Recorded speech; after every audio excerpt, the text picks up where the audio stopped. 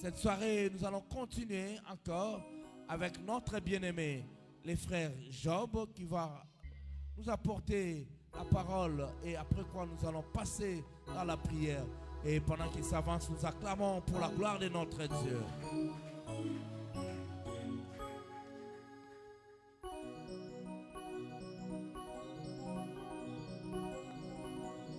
Si tu ajoutes les acclamations, ça va encore faire bien.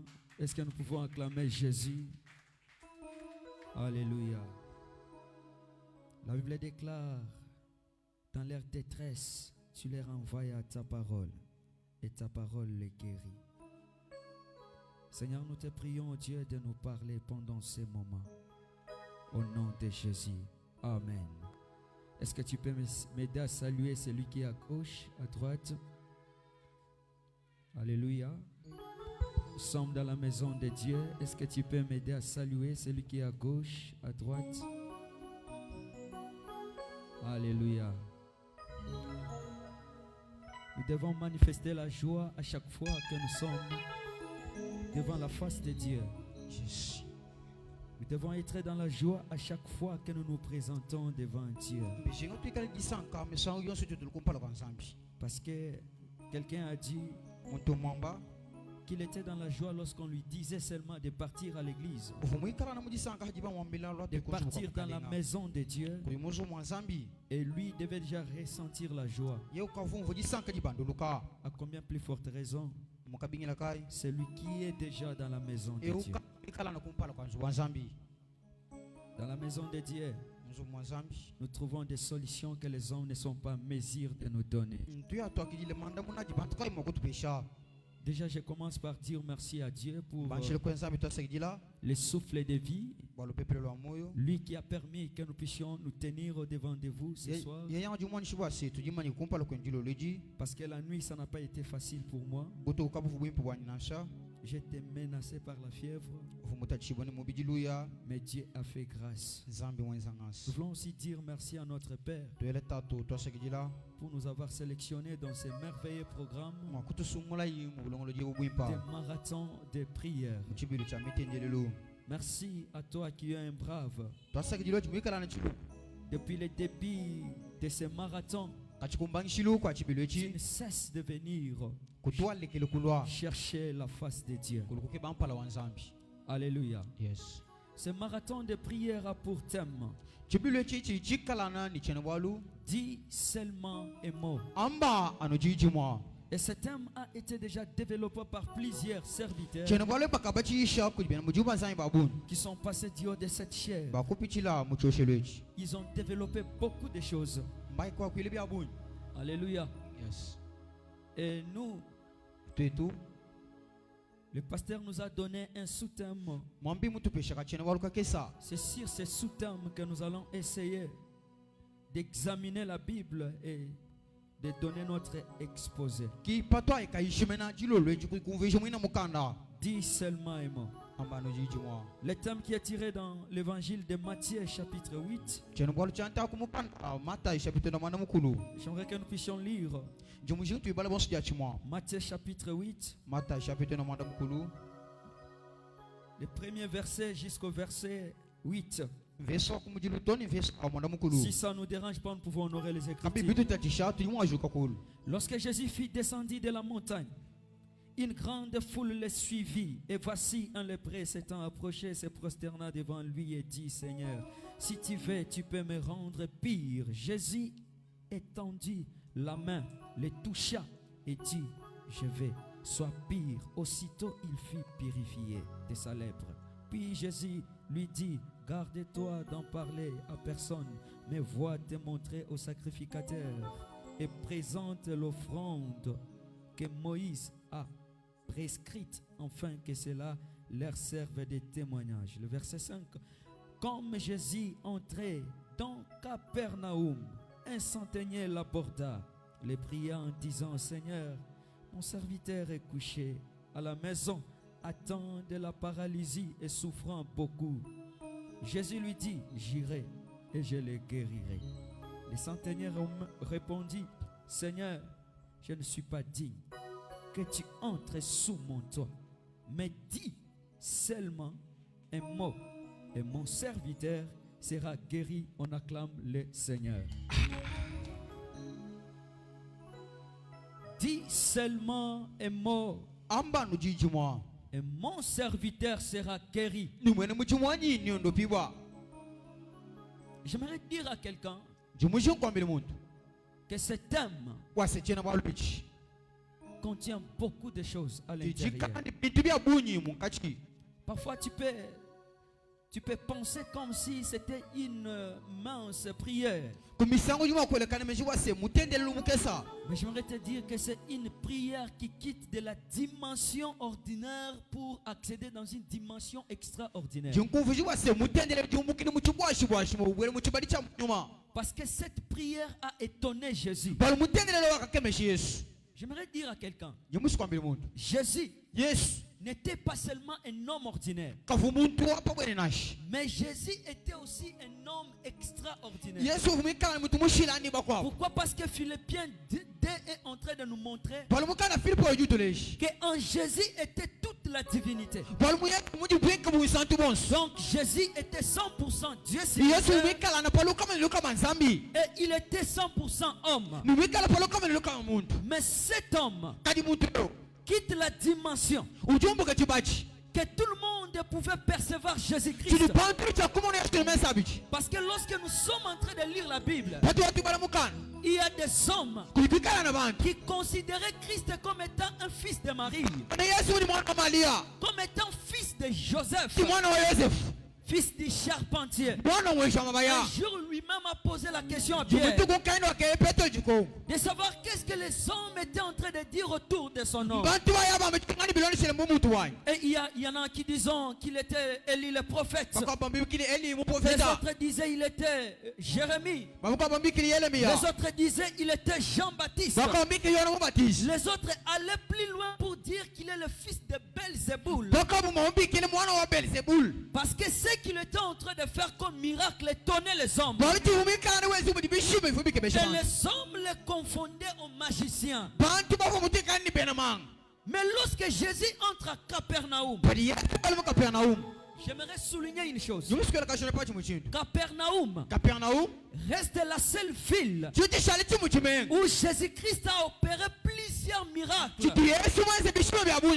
pendant son ministère. Il n'y a pas une ville que Jésus a opéré plusieurs miracles si ce n'est à Capernaum. Même à Jérusalem, Jésus n'a pas accompli ce qu'il a fait à Capernaum. Ni à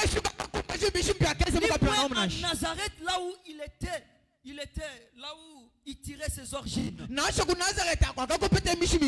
Alléluia. Yes. Jésus n'a pas fait le miracle qu'il a eu à faire à Capernaum. C'est pourquoi lorsque nous lisons Matthieu chapitre 11, Jésus est en train de dire ceci.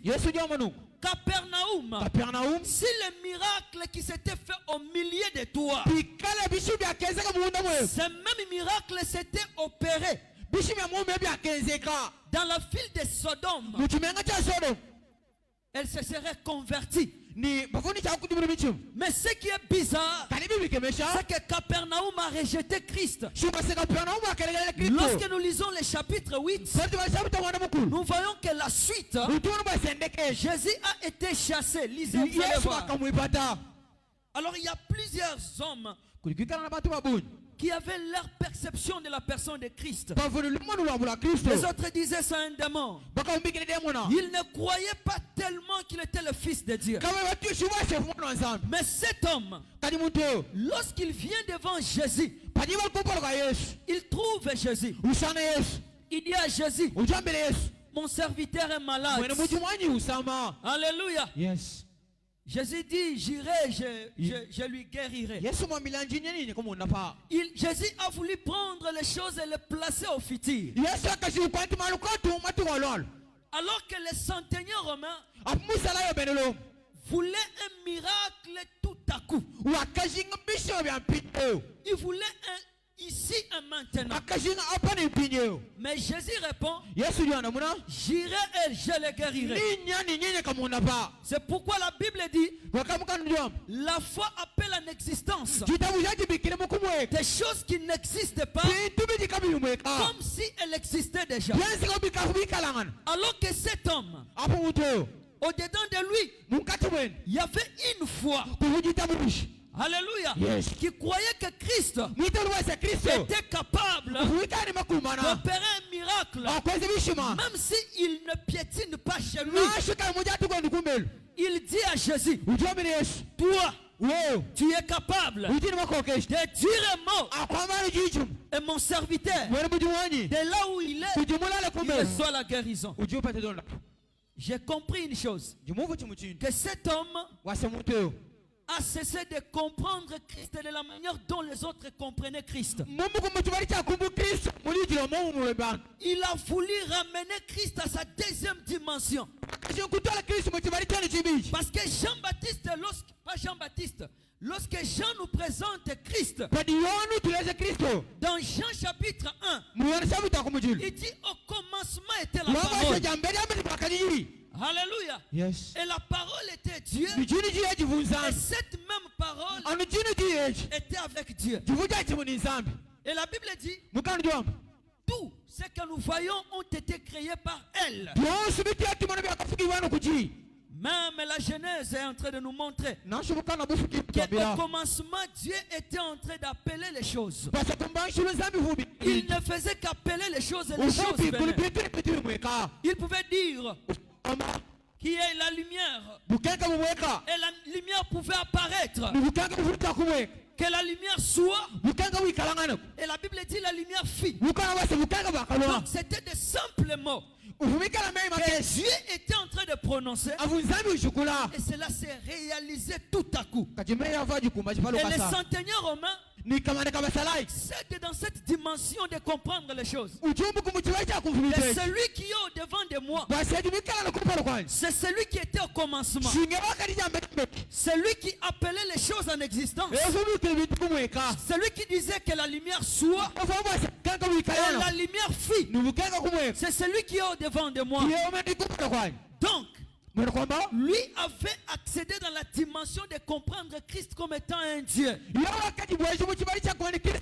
pourquoi Christ était étonné de sa foi. Lorsque nous lisons la Bible, Jésus est en train de dire à ses disciples qu'un homme qui a une petite foi peut déplacer les grandes montagnes. Mais au sujet du centenion romain, Jésus est en train de souligner que depuis qu'il a commencé son ministère, il n'a jamais vu un homme qui a une si grande foi. Les centenions romains n'avaient pas seulement la foi, ils n'avaient pas la petite foi qui peut déplacer les montagnes. Mais Jésus est en train de dire que cet homme avait une grande foi. Ce qui veut dire, si la petite foi peut déplacer les montagnes, la foi du centenier romain pouvait faire disparaître les montagnes. Parce que c'était une grande foi. Alléluia. Yes. Dis seulement un mot. J'aimerais dire à quelqu'un qu'un mot qui sort de la bouche de Dieu est capable de bouleverser toute une destinée. Un seul mot qui sort de la bouche de Dieu est capable de mettre fin à une saison et déclencher une nouvelle saison.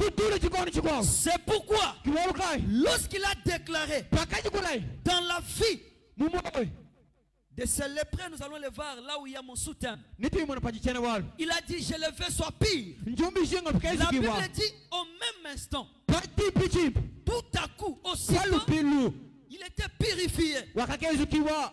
Alléluia. Yes. Un seul mot qui sort de la bouche de Dieu est capable de mettre fin à une saison. Cela veut dire, tu étais dans une saison de souffrance, une saison de la vallée de l'ombre de la mort, une saison de la vallée de Baka, une saison de souffrance.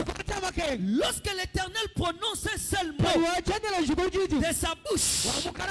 La mauvaise saison peut prendre fin.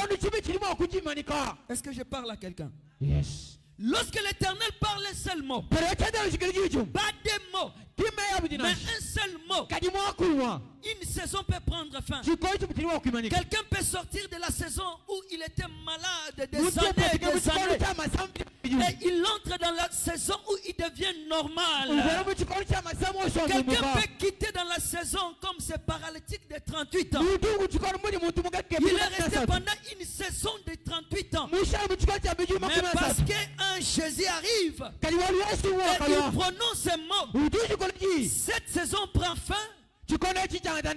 La personne pouvait avoir la guérison. Un seul mot qui sort de la bouche de Dieu peut mettre fin à la saison de la souffrance, à la saison de la pauvreté, à la saison de la stérilité, à la saison du chômage, à la saison des choses compliquées, à la saison des désespoirs, à la saison où les choses ne marchent pas et une nouvelle saison commence. Parce que ce n'est pas un homme qui dit, mais c'est un Dieu qui dit. Écoutez ce que la Bible dit. La Bible dit que Dieu n'est pas un homme pour mentir, ni un fils de l'homme pour se repentir. Tout ce que Dieu dit se réalise de la même manière que Dieu l'a déclaré. C'est pourquoi, lorsque tu désires que Dieu dise un mot dans ta vie, ce que Dieu va dire, c'est ce qui va se réaliser. Je me suis demandé une chose. Pourquoi les centeniers romains ont voulu que Christ puisse prononcer un mot?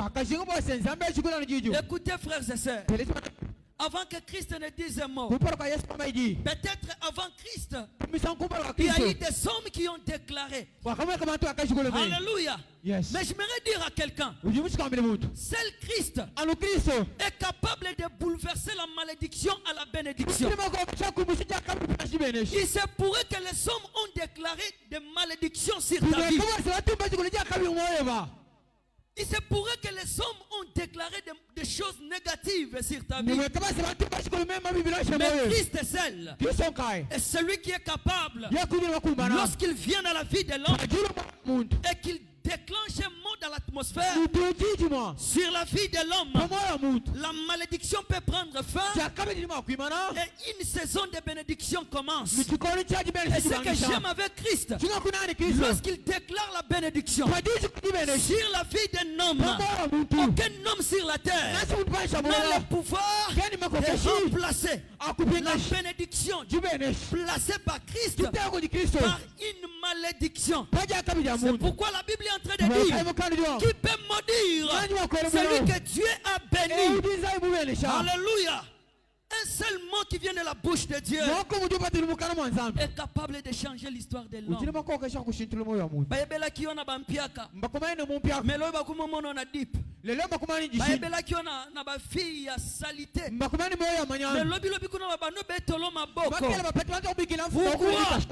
Parce que tout ce que Dieu dit se réalise de la même manière. Dieu ne peut pas dire, alléluia, yes, que cette année, toi tu vas te marier et que tu arrives dans cette année au Koufi.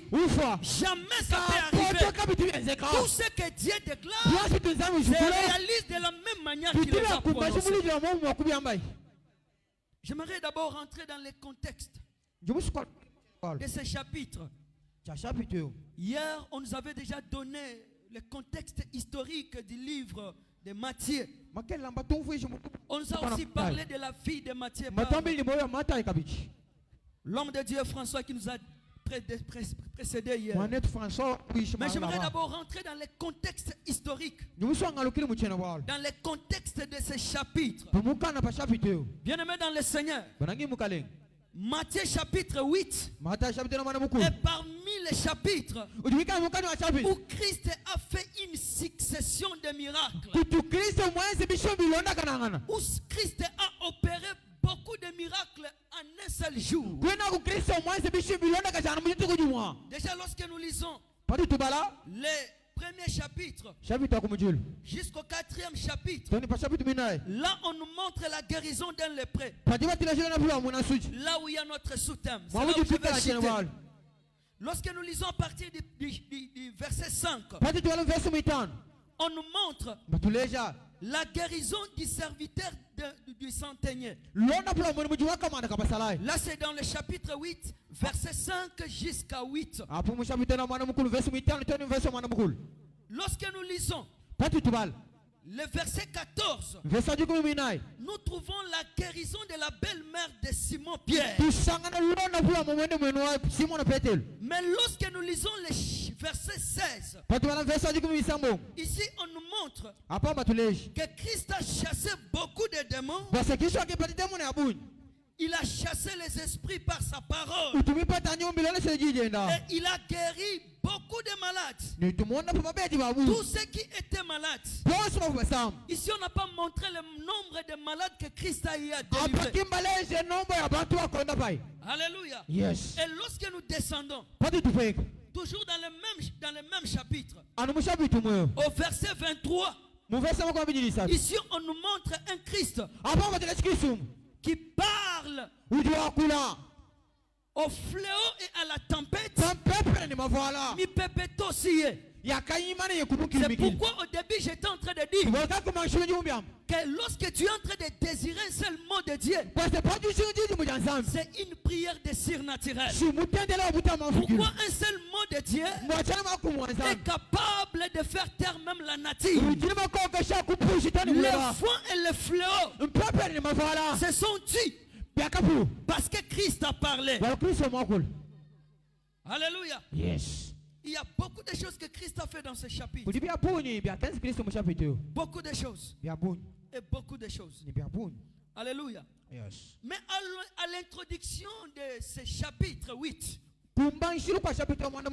Christ commence, plutôt l'apôtre Matthieu commence par nous montrer un Jésus qui descend de la montagne. Je commence par là. Chapitre 8, verset 1 du Matthieu. Lorsque Jésus fut descendu de la montagne. L'introduction de ce chapitre, l'apôtre Matthieu nous montre Christ qui était 100% homme, mais 100% Dieu, qui descend de la montagne. Et je pose la question à Christ. Jésus, de la montagne, tu faisais quoi? À la montagne, qu'est-ce que tu faisais? Et Jésus me dit, à la montagne, j'avais l'habitude de monter pour prier. Pour prier. Mais je dis, mais en toi, il y a toute la divinité. Pour opérer le miracle, tu n'as pas besoin de monter à la montagne. Alléluia. Yes. Pour guérir les malades, tu n'as pas besoin de monter à la montagne. Mais l'apôtre Matthieu nous montre Christ qui commence par descendre de la montagne. Je crois que toute la nuit il était là en train de prier. Je comprends qu'il était en train de se préparer spirituellement parce qu'il avait un défi qui l'attendait pendant le jour. Je ne sais pas si jusque-là vous avez compris que notre thème tourne autour de la prière. Parce que dit seulement un mot fait partie des mots que le centenier romain a adressé à Christ. C'est une prière. Alléluia. Yes. Dit seulement un mot, c'est une prière. Je ne sais pas si vous avez compris que notre thème a pour base la prière. C'est une prière qu'un homme est en train d'adresser à Jésus. Mais allez-y comprendre que Jésus, qui était 100% homme et 100% Dieu, celui qui dont toute la divinité était en lui, monter à la montagne pour prier. À combien plus forte raison, moi et toi, c'est que nous devons faire plus que Christ. Parce que Christ, il pouvait rester sans monter à la montagne, parce qu'en lui était toute la divinité. Il était capable de guérir les malades. Mais allez-y comprendre l'homme qui dont toute la divinité était en lui monte à la montagne pour prier. Par combien plus forte raison moi et toi? C'est que nous devons prier plus que Christ. Mais ce qui est grave, c'est que nous n'arrivons pas à prier. Nous n'arrivons pas à prier. Toute la divinité était en lui. Mais il monta à la montagne. J'aimerais dire à quelqu'un, la prière occupe une place prépondérante. Que ce soit sur le plan spirituel, que ce soit sur le plan séculier, même dans les choses spirituelles, dans ce que nous faisons pour Dieu, tu veux aller plus loin avec Dieu, tu dois être un mahombiste, tu dois être un homme de prière, tu veux vaincre, même dans le séculier, les choses ne marchent pas, dans la famille, au travail, dans tes affaires, la prière occupe une place prépondérante. C'est pourquoi même Jésus pouvait monter pour nous servir de modèle, d'exemple. Alléluia. Touchons les sous-thèmes. Le sous-thème qui nous a été donné ce soir, c'est tiré dans le même chapitre, mais à partir du verset 1. La Bible dit, lorsque Jésus fit descendre de la montagne, une grande foule le suivit. Et voici, un lépreux s'étant approché, se prosternant devant lui et dit, Seigneur, écoutez le sous-thème, si tu le fais, tu peux me rendre pire. Ce thème a été déjà introduit hier par notre bien-aimé François. Si tu le fais, tu peux me rendre pire. Si tu le fais, tu peux me rendre pire. Alléluia. Yes. Ici, il s'agit d'un lépreux. Et j'aimerais vous parler de ce qui s'est passé en Israël. Lorsqu'un homme était atteint de la lèpre. La lèpre, c'est une maladie contagieuse qui pouvait se transmettre par des contacts simples. Alléluia. Yes. Et qu'est-ce qui s'est passé en Israël? Pour plus de précision, lisez Lévitique chapitre 13, verset 42 jusqu'à 45. Vous allez trouver ce que Dieu avait établi en Israël lorsque quelqu'un était atteint par la lèpre. Lorsque quelqu'un était atteint par la lèpre, qu'est-ce qui s'est passé? Cet homme devait se dénoncer lui-même. Il pouvait crier si haut, un pire, un pire. Il pouvait crier un pire. Alléluia. Et lorsqu'il pouvait crier un pire, cet homme devait être mis à l'extérieur de la ville. À l'isolement. Hors du camp. Il ne pouvait plus rester au milieu de sa famille. Et c'est lui-même qui pouvait se dénoncer.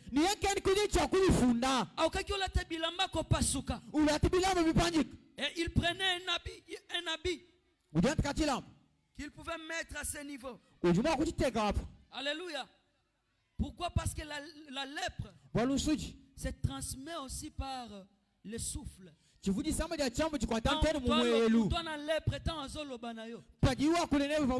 fait qu'azolobanayo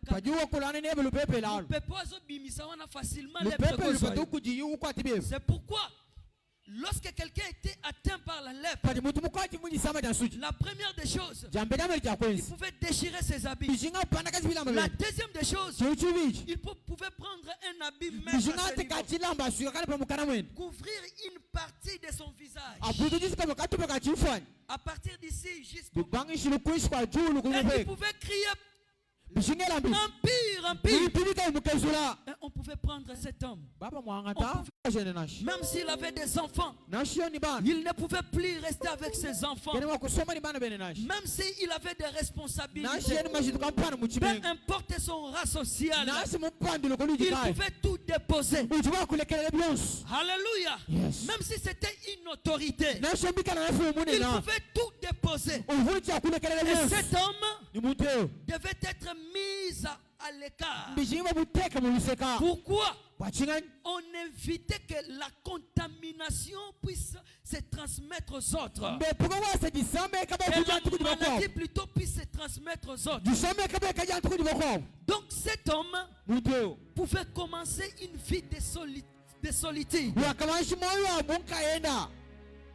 Quelle souffrance! On te sépare de ta femme. On te sépare de tes enfants. On te sépare de tes amis.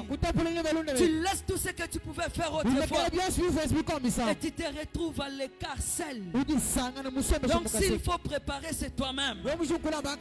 Or, ce que je connais avec la lèpre, il y a des moments où la lèpre commence même à détruire la vision. Il y a des moments où les orteils commencent à tomber à cause.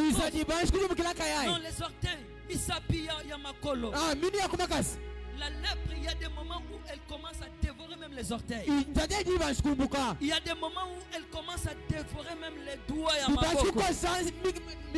Mais je me demande, si une personne arrive à telle dimension où elle n'a plus les doigts, mais alors qu'elle est séparée de sa femme, séparée de ses enfants, qui va préparer pour lui? Donc c'était des hommes qui vivaient une souffrance atroce. C'était des hommes qui vivaient une souffrance atroce. Et la lèpre, ce n'est pas n'importe quel type de maladie. C'est une maladie où il y a des ulcères partout. Il y a des ulcères à gauche, à droite. Au dos, il y a des ulcères. Devant, il y a des ulcères. Et ça fait très mal. Surtout quand il fait chaud. Oh, c'est une souffrance. Mais allez-y comprendre qu'en Israël, on ne pouvait pas prendre une telle personne, le mettre à l'écart pour le soumettre sous les soins médicaux. Mais on pouvait l'abandonner comme ça. Qu'est-ce que nous voyons aujourd'hui? Lorsqu'il y a eu Corona, c'est une maladie transmissible, contagieuse. Alléluia. Lorsque quelqu'un était atteint, on pouvait prendre cette personne, on l'amène quelque part, et quand même, mais aussi, il y a un soin médical là-dessus. Mais ça ne se passait pas ainsi. Lorsque tu es atteint de la lèpre, tu es exclu de ta communauté, exclu de ta famille, et tu te retrouves en quarantaine. Et okufa tetali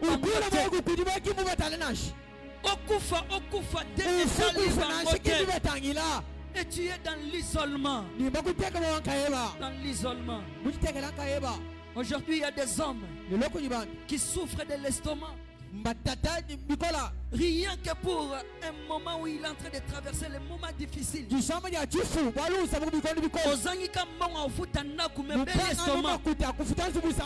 que tu réfléchis beaucoup. Et au bel estomac. Mais allez-y comprendre qu'il y a des hommes qui se sont retrouvés dans de telles souffrances où il n'a personne. Au même moment, il est dérangé par la maladie. Et il était là, impie, négligé de sa famille, abandonné par sa famille, abandonné par ses frères, abandonné par ses amis. Je suis venu dire à quelqu'un, Jésus ne fait exception de personne. Alléluia. Là où les hommes peuvent dire que cet homme ne mérite pas, cet homme ne mérite pas. Alléluia. Là où les hommes ne peuvent pas arriver, là où les hommes ne peuvent pas penser, penser. Jésus peut penser. Si les hommes ne peuvent pas penser pour toi, tu es abandonné.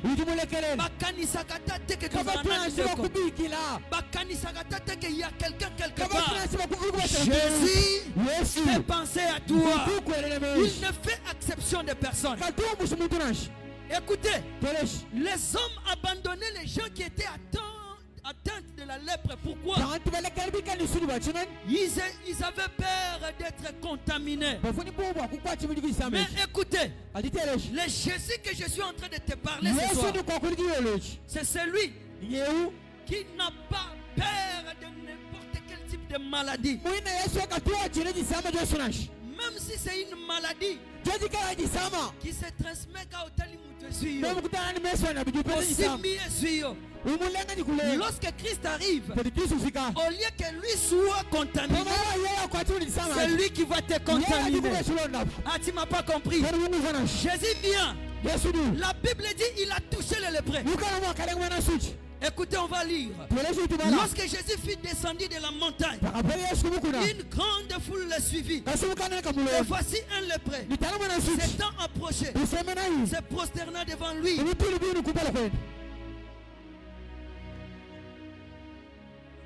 Et lui dit, Seigneur, si tu veux, tu peux me rendre pire. Jésus répondit, non. Jésus étendit sa main. Elle les toucha. Mais Jésus, ce que tu es en train de faire, c'est ce que les autres ne pourront pas faire.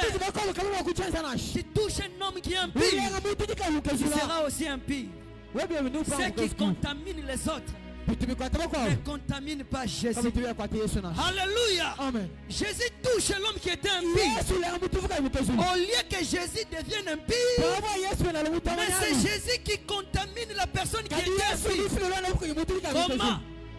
La personne qui était impie, il devient impie. Vous savez pourquoi? La Bible dit, en Jésus, il n'y avait pas de péché. C'était un homme qui était pire. Et lorsqu'il a tenu ce peuple, il lui a contaminé de sa pureté. Alléluia. Qu'est-ce qui te trouble? Je suis venu te dire, en Jésus, il y a la solution de ce qui te trouble. Est-ce que je parle à quelqu'un? Qu'est-ce qui dérange ta vie? En Jésus, il y a la solution de tout ce qui dérange ta vie. Un seul toucher de Jésus peut transmettre la solution de ce qui te trouble. Un seul toucher de Jésus peut transformer tout ce qui te trouble en solution. Si ce qui te trouble, c'est la stérilité, je suis venu dire à quelqu'un, en Jésus, il y a la fécondité. Si Jésus te touche, ta stérilité peut se transformer à la fécondité. Parce que Jésus, lorsqu'il touche, il peut te contaminer de la fécondité. Si en toi c'est la pauvreté, un seul toucher de Jésus peut te contaminer de la richesse. Ce soir, alors que nous serons en train de prier, il y aura des hommes qui seront touchés. Et peu importe ce qui te trouble, je ne sais pas ce qui trouble ta vie, mais la bonne nouvelle que je t'annonce ce soir, c'est qu'en Jésus, il y a la solution de ce qui te trouble. Même si c'est la maladie, lorsque Jésus te touche, alléluia, il peut remplacer la maladie par la guérison. Même si c'est le célibat, je ne sais pas moi ce qui te trouble, mais la bonne nouvelle que je t'annonce ce soir, en Jésus, il y a la solution de ce qui te trouble. Si tu veux, tu peux me rendre pire. Quel type de prière? La question que je me pose à ce niveau, est-ce que Jésus peut vouloir aussi que les hommes restent impies? Si tu veux, tu peux me rendre pire. Voilà notre soutien.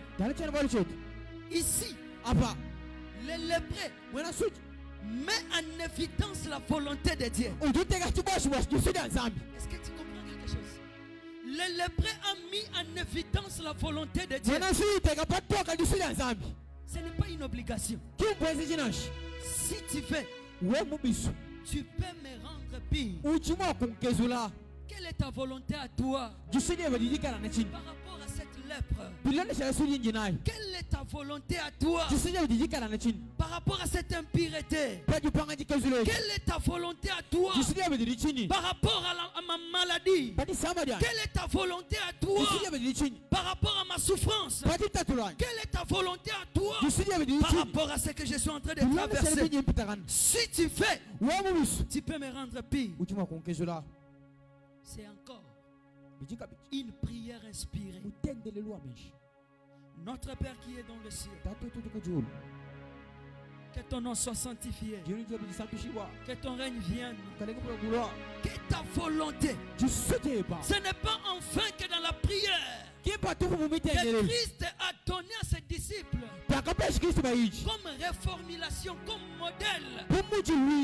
Il y a ce mot-là, que ta volonté soit faite sur la terre comme au ciel. Ici les lépreux est en train de mettre en évidence d'abord la volonté de Dieu. Est-ce que la volonté de Dieu, la volonté de Christ, en venant dans ce monde, était celle de venir et trouver les lépreux, les laisser comme ça? Je ne sais pas si toi tu as lu ça dans ta Bible. Est-ce que la volonté de Jésus en venant sur la terre était celle de venir et de trouver les hommes malades et les laisser comme ça? Non. Lorsque j'ai lu ma Bible est en train de me dire Jésus allait de ville en ville, de village en village, et il ne faisait que du bien. C'est ça la volonté de Dieu. Faire du bien, c'est trouver quelqu'un impie et le rendre pire. C'est que la prière de ces lépreux était une prière qui rencontrait la volonté de Dieu. Qui dit Amen? Alléluia.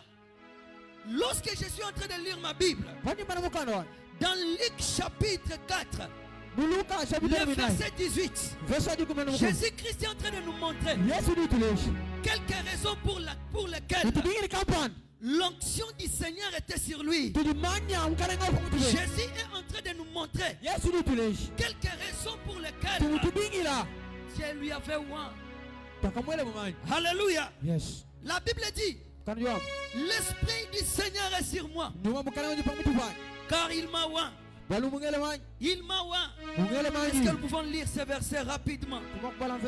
Luc chapitre 4 verset 18. Écoutez ce que la Bible dit. L'Esprit du Seigneur est sur moi parce qu'il m'a oint. Pourquoi il t'a oint? Jésus répond, pour annoncer la bonne nouvelle aux pauvres. Il m'a envoyé pour guérir ceux qui ont le cœur brisé. Le cœur de ce lépreux était brisé. De voir qu'il était abandonné par les hommes, de voir qu'il était rejeté. Alors que Jésus, la Bible dit, il m'a envoyé pour guérir ceux qui ont le cœur brisé. C'est que la prière de cet homme rencontrait la volonté de Dieu. Le verset 19, pour proclamer aux captifs la délivrance et aux aveugles le recouvrement de vie, pour envoyer libre les opprimés, pour publier une année de grâce. Alléluia. Jésus nous montre quelques raisons pour lesquelles il a été oint par le Saint-Esprit. Il dit, il m'a oint pour annoncer.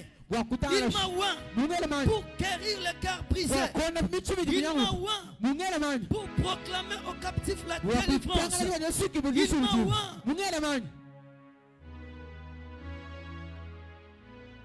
pour renvoyer libre les opprimés. Vous savez, celui qu'on appelle opprimé, c'est une personne abandonnée, une personne négligée.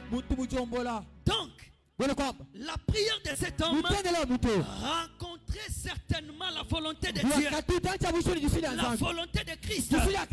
Parce que Christ, un jour, Il a dit à ses disciples, le Fils de l'homme n'est pas d'abord venu pour ceux qui se portent bien. Le Fils de l'homme est venu d'abord pour ceux qui se portent mal. Alléluia. Yes. Et lorsque le lépreux dit, si tu veux, tu peux me rendre pire, c'est que sa prière rencontre la volonté de Dieu. Est-ce que ta prière rencontre la volonté de Dieu?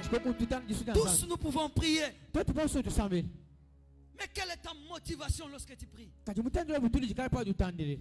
Ta motivation n'est pas basée sur la compétition. Parce que tu as vu le frère François se marier. Ce n'est pas une course. Parce que tu as vu tel construire une belle maison. Attention, tu risques de toucher la magie. Quelle est la motivation de ta prière? La prière qui rencontre la volonté de Dieu, c'est une prière qui ne manque jamais l'exaucement. Tu m'as pas écouté. Je dis ceci. Une prière qui rencontre la volonté de Dieu, c'est une prière qui ne peut pas manquer l'exaucement.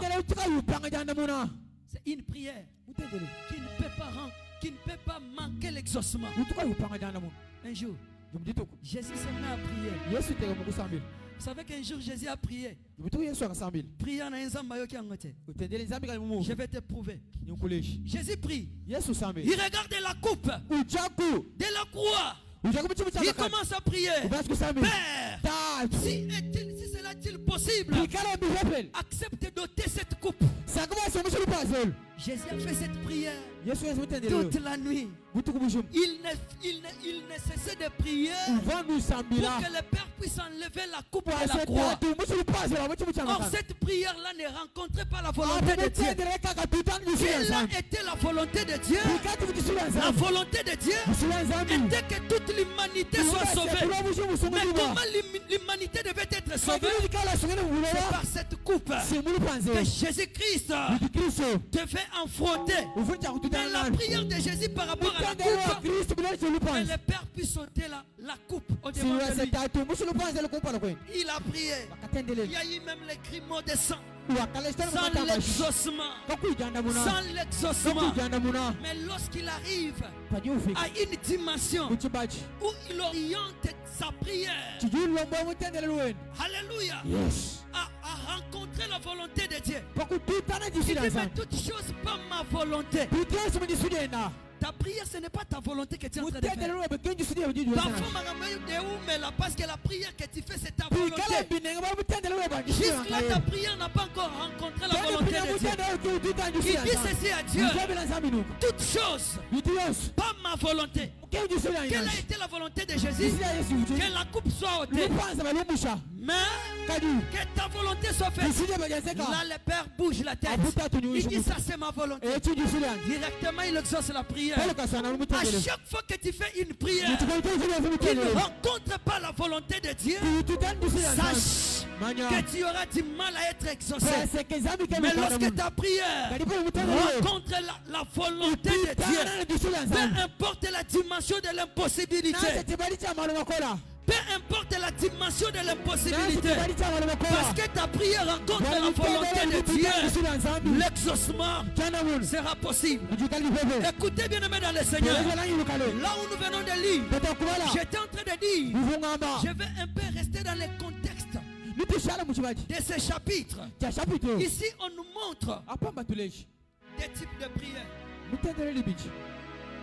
La première prière, il s'agit de la prière du lépreux.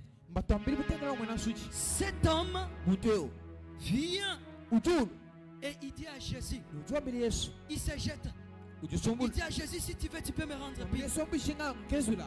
Et Jésus a exaucé la prière. Le lépreux a payé le prix. Bien aimé, tu dois payer le prix pour ton exaucement. Tu dois payer le prix. Il n'a pas regardé sa souffrance. Si vous lisez au début du verset 1, la Bible dit il y avait une grande foule qui était en attente de la descente de Jésus. Et une fois que Jésus descendait, le lépreux a commencé commence à suivre c'est lui qui était la première personne. Alléluia. Yes. J'ose croire que c'est tout le monde qui pouvait laisser l'espace. Pourquoi? Parce qu'ils avaient peur d'être contaminés. Et c'était une occasion pour se léper de parler à Jésus. Il a payé le prix et il a eu son exaucement. Dans ce marathon de prière, tu fais que ta vie change. Avec un seul mot que l'Éternel va dire, avec un seul mot que l'Éternel va lâcher sur ta vie pour qu'une nouvelle saison commence. Paye le prix comme c'est le vrai. Il a payé le prix et il a eu l'exaucement. Ça c'est la première catégorie de la prière. Un homme qui vient lui-même pour ta vie. Prends le temps de prier toi-même. Ne laisse pas le fardeau au pasteur. C'est toi qui maîtrises mieux ta vie. Tu as tout le temps de prier pour le soulagement. Tu as tout le temps de prier pour le changement. Comment peux-tu rester content alors que dans ta vie il y a des choses qui ne marchent pas? Comment tu peux rester content pendant que les autres prient? Toi tu ne pries pas alors qu'il y a des choses qui ne marchent pas.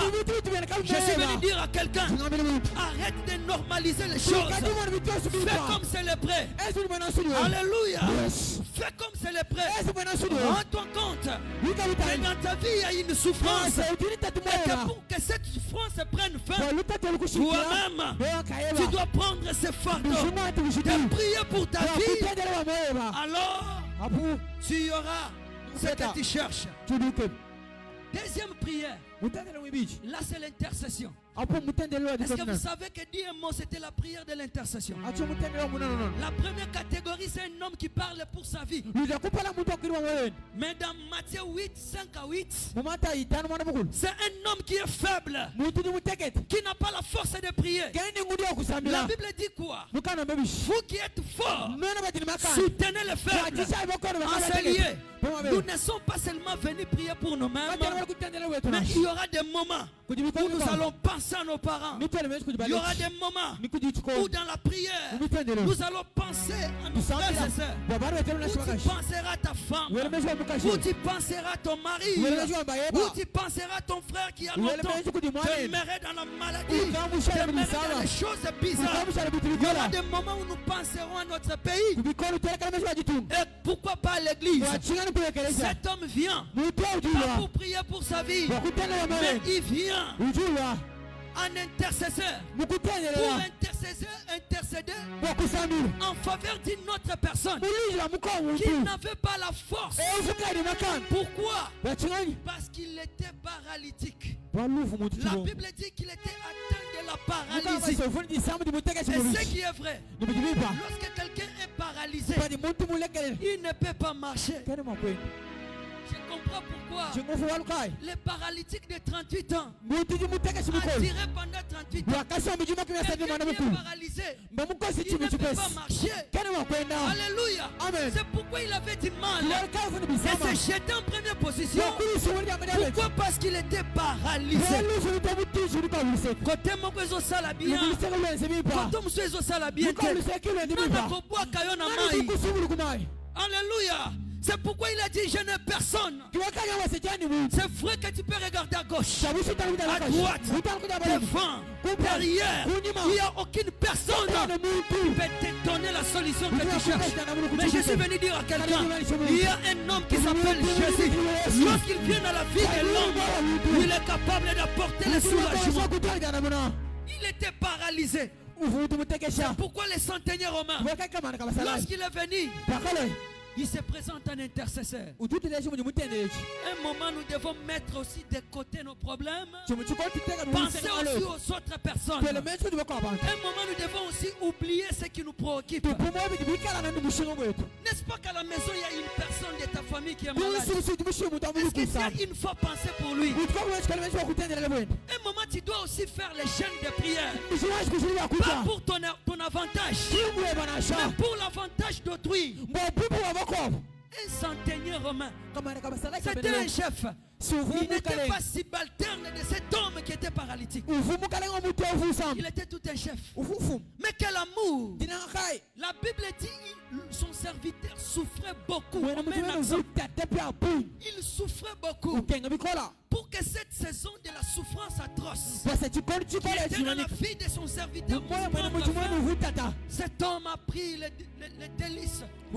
Il a pris tout son temps de prendre, de se présenter devant Jésus. Et là, il prie avec insistance. Alors que Jésus est en train de retarder la visitation de son serviteur, cet homme reste catégorique. Il est en train de pousser Jésus d'opérer un miracle. Ce soir, je suis venu dire à quelqu'un, cette maladie qui tourmente ton père, tu peux prier avec insistance et quelque chose peut s'opérer ce soir uniquement que par ta prière. Uniquement que par ta prière. Ne vous inquiétez de rien.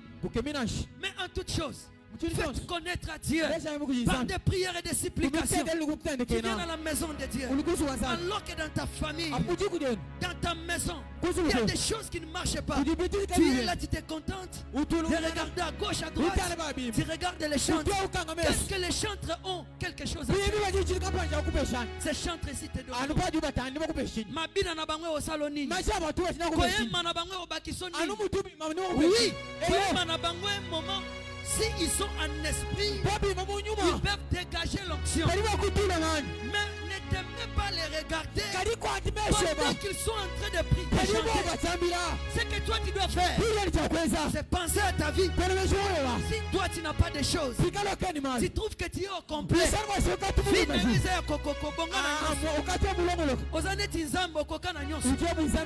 J'aimerais dire à quelqu'un, sur la terre, il n'y a aucun homme de la belle-mère de Simon. Ici c'est une exception. Cette dame n'a jamais fait une prière à Jésus. Lisez la Bible. Cette dame n'a jamais demandé la guérison à Jésus. Elle n'a jamais prié. Même son beau-père, son bon fils, Pierre lui-même n'a pas prié. Il n'a pas prié pour sa guérison. Mais c'est Jésus lui-même qui vient pour toucher la belle-mère de Simon et lui donner la guérison. Ça c'est une exception. Et cette exception entre dans la souveraineté de Dieu. Je suis venu dire à quelqu'un, ici c'est le programme de Dieu. Dans le programme de Jésus, il devait guérir la belle-mère de Simon. Et le cas de la belle-mère de Simon est pareil. Au cas du paralytique de 38 ans, cet homme n'a jamais demandé la guérison à Jésus. Mais c'est Jésus qui est venu de lui-même pour accorder la guérison. Ici, je vois aussi la notion de la grâce. Lorsque la grâce est sur une personne, par définition, c'est une faveur imméritée. C'est-à-dire tu n'arrives pas à prier. Mais parce que Jésus c'est un faiseur du bien, il remarque qu'il y a la souffrance. Il vient pour te faire du bien. Alléluia. Je suis venu dire à quelqu'un, dans cette année, dans le programme de Jésus, il a prévu de te faire du bien. Mais si tu veux arriver dans ta prière, il faut aussi solliciter sa grâce pour clôturer ce message. Si tu veux, tu peux me rendre pire. Ça, c'est la prière de ce lépreux. On rentre à la réalité. Toi, tu n'es pas lépreux. Tu n'es pas atteint par la lèpre. Ça veut dire que tu ne prieras pas que non, si tu veux, tu peux me rendre pire.